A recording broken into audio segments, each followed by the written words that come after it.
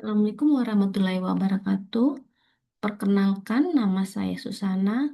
Saya adalah mahasiswa keperawatan Universitas Indonesia. Pada kesempatan pagi hari ini, saya akan memberikan edukasi tentang kebutuhan gizi pada lansia, di mana nutrisi untuk penuaan sehat dan pencegahan risiko jatuh itu sangat penting diberikan kepada lansia. Kita harus tahu mengapa gizi itu sangat penting bagi lansia. Yang pertama, perubahan fisiologis pada lansia akan mempengaruhi penyerapan daripada nutrisi dan juga kekuatan otot akan menurun. Kepadatan tulang menurun, keseimbangan juga menurun. Semua faktor ini adalah kunci dari pencegahan risiko jatuh. Kita ketahui bahwa 30% penurunan massa otot itu terjadi setelah 60 tahun ke atas. Dan 40% risiko jatuh itu diakibatkan karena defisiensi atau kekurangan vitamin D dan juga kalsium. Dan 1 dari 3 lansia mengalami malnutrisi protein. Nah, apa sih atau bagaimana kebutuhan nutrisi utama untuk lansia? Kebutuhan gizi pada lansia harus mencakup aspek-aspek seperti protein, kalsium, vitamin D, dan juga magnesium. Kita lihat di protein. Protein di sini seperti telur, ikan, tahu, tempe, juga kacang-kacangan. Ini dapat mencegah terjadinya sarkopenia. Sarkopenia itu adalah penurunan massa otot yang terjadi akibat bertambahnya usia pada lansia. Selanjutnya, terdapat kalsium. Kalsium ini bisa didapat dari susu rendah lemak, dari keju, yogurt, sayur-sayuran seperti brokoli. Nah, di sini fungsinya untuk apa? Fungsi dari kalsium adalah untuk menjaga kepadatan tulang, juga mencegah osteoporosis atau tulang yang keropos. Selanjutnya pada vitamin D. Vitamin D ini bisa didapatkan dari sinar matahari pagi, dari ikan seperti salmon, kembung, dan juga dari susu fortifikasi. Nah, vitamin D di sini berfungsi untuk penyerapan kalsium dan juga fungsi neuromuskuler atau persarapan. Nah, yang terakhir adalah magnesium. Magnesium di sini bisa didapat dari bayam, kacang-kacang almond, biji labu, ataupun dari buah seperti pisang. Fungsinya adalah untuk mempertahankan fungsi otot dan tulang serta keseimbangan tubuh. Nah, di sini kita lihat definisi dari sarkopenia. Sarkopenia itu adalah kehilangan massa dan kekuatan otot yang terjadi seiring dengan bertambahnya usia. Nah,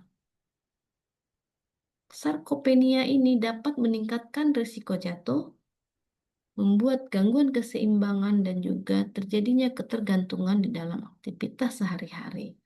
Di mana kita ketahui dimulai dari usia 40 tahun ke atas, massa otot itu menurun sebanyak 3-5% per dekade. Dan ini akan dipercepat dengan kurangnya protein dan inaktivitasnya. Lalu, hal ini dapat dicegah dengan gizi yang baik dan latihan fisik yang rutin. Nah, di sini kita bisa melihat sumber protein dan bagaimana ukuran sajinya. Telur. Telur itu kita butuhkan adalah 13 gram. Atau sebanyak 2 butir ukuran sedang. Nah, untuk ikan seperti kembung atau tongkol yang kita butuhkan adalah sebanyak 22 gram. 1 ekor atau 1 potong telapak tangan. Selanjutnya di sini ada ayam. Dada tanpa kulit sebanyak 31 gram ini seperti satu potong yang cukup besar.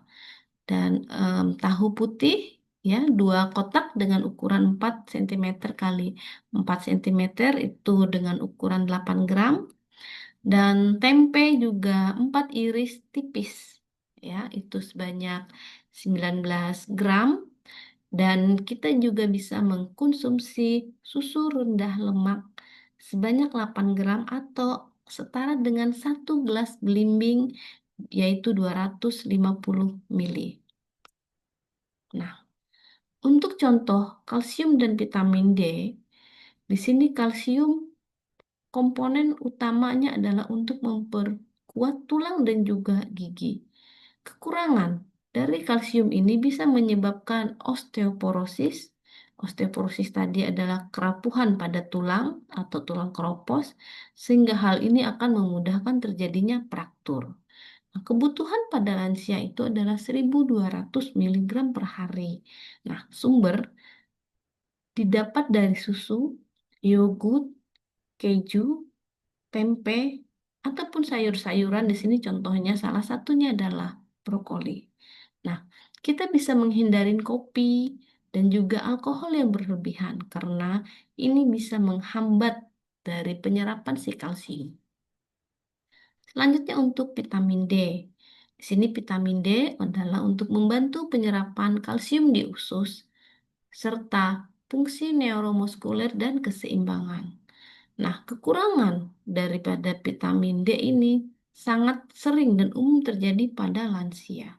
Sehingga lansia dimungkinkan untuk bersinar di bawah matahari 15 sampai 20 menit di pagi hari. Nah, jika diperlukan adalah suplemen vitamin D dengan ukuran 800 sampai 1.000 unit per hari jika diperlukan. Nah, ini hal yang sering terlupakan pada lansia adalah hidrasi, ya, di mana lansia sering merasa tidak haus meskipun tubuhnya kekurangan cairan. Hal ini bisa meningkatkan risiko pusing sehingga terjadilah kejadian jatuh. Dan kita harus tahu kebutuhan cairan yang dibutuhkan sehari yaitu sebanyak 6 sampai 8 gelas per hari atau 1.500 sampai dengan 2.000 mili per hari. Nah, untuk penjadwalan minum, lansia bisa minum 1 gelas setiap 2 jam walaupun tidak haus. Lalu, adanya variasi di dalam minuman tersebut, seperti air putih, lalu bisa dengan susu rendah lemak, lalu bisa dibuatkan jus dengan tanpa gula. Jangan lupa untuk selalu membatasi kafein, seperti kopi dan teh yang berlebihan, karena ini bersifat diuresis. Diuresis ini artinya menyebabkan lansia akan sering BAK, sehingga menyebabkan kehilangan cairan yang berlebihan. Nah, kita juga perlu tahu bagaimana gizi ini bisa mencegah risiko jatuh pada lansia, di mana gizi yang adekuat, gizi yang cukup, gizi yang memenuhi akan memperkuat otot dan tulang. Lalu, otot dan tulang baik kuat akan menambah keseimbangan. Keseimbangan baik, tubuh kuat sehingga risiko jatuh menurun. Dan protein yang cukup itu akan menyebabkan massa otot terjaga baik, keseimbangan baik sehingga gaya berjalan lansia akan stabil, tidak sempoyongan dan tidak juga goyang. Nah, di sini kalsium dan vitamin D tadi adalah untuk meningkatkan kepadatan tulang sehingga dia terjaga, sehingga risiko fraktur bila terjatuh itu berkurang. Ini tadi karena kepadatan tulangnya bagus, tulang tidak keropos. Lalu hidrasi yang baik itu bisa menyebabkan tekanan darah bisa stabil dan hal ini juga mencegah terjadinya pusing pada lansia yang menyebabkan salah satu penyebab jatuh. Selanjutnya tadi ada magnesium. Di sini adalah fungsinya untuk neuromuskuler yang optimal, fungsi-fungsi persarapan kita optimal ya. Di mana hal ini sebagai kontrol postural dan refleks menjadi lebih baik. Dan juga ada vitamin B12 dan asam folat. Ini juga menjaga fungsi saraf terjaga, di mana koordinasi gerakan tubuh itu menjadi lebih baik. Nah, di sini kita bisa melihat contoh menu sehari-hari untuk lansia. Misalnya di pagi hari untuk sarapan bisa dengan bubur ayam, telur rebus, dan satu gelas susu rendah lemak. Di mana di sini manfaatnya adalah tinggi protein, kalsium, dan juga untuk tambahan energi di pagi hari. Selanjutnya makan siang.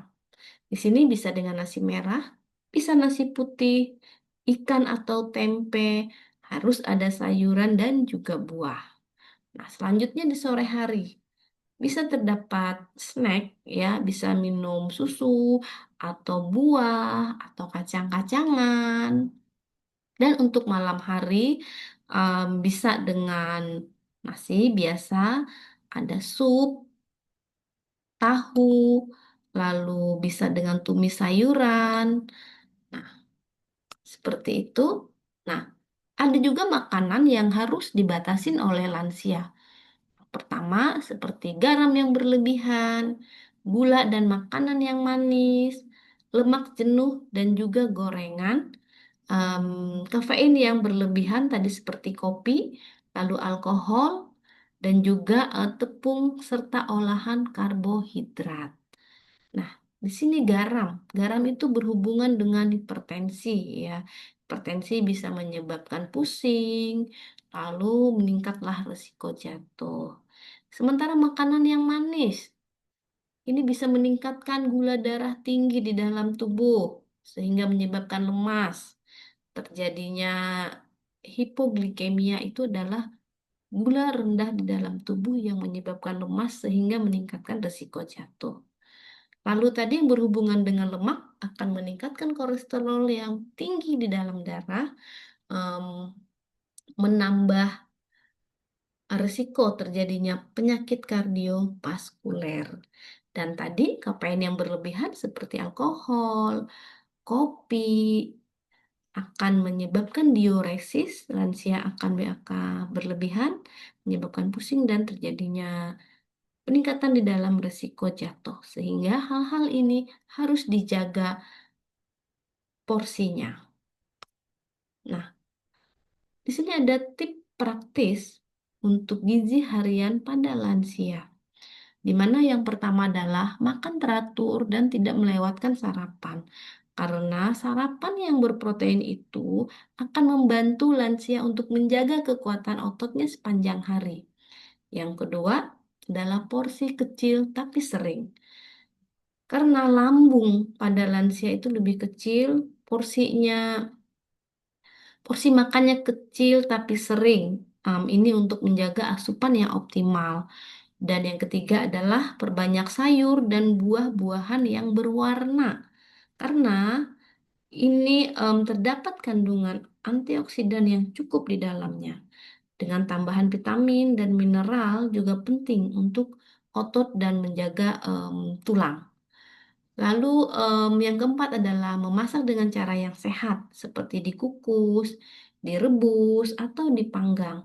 Serta kurangin gorengan untuk menjaga nutrisi makanan yang baik. Selanjutnya yang kelima adalah suplemen vitamin dan kalsium bila diperlukan.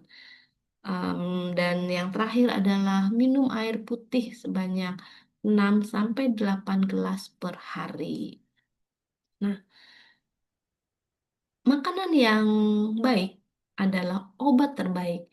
Pilihlah dengan bijak, jaga tubuhmu, dan tubuh akan berterima kasih kepadamu setiap harinya.